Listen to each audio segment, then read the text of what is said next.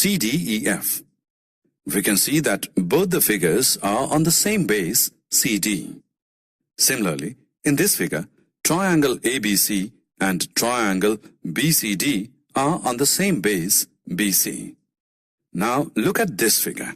Here a triangle ECD and a parallelogram ABCD are on the same base CD.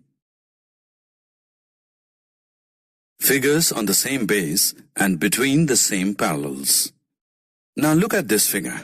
We can see that parallelogram ABEC and the parallelogram ABFD are on the same base AB. Also, the vertices CE of the parallelogram ABEC opposite to AB and vertices D and F of the parallelogram ABFD opposite to AB line on the same line CF, which is opposite to AB. So we can say that both the parallelograms lie on the same base AB and between the same parallels AB and CF.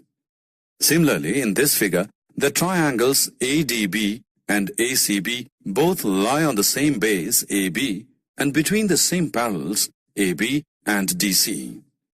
So we can say that the two figures are said to be on the same base and between the same parallels if they have a common base side and the vertices or the vertex opposite to the common base of each figure lie on a line parallel to the base.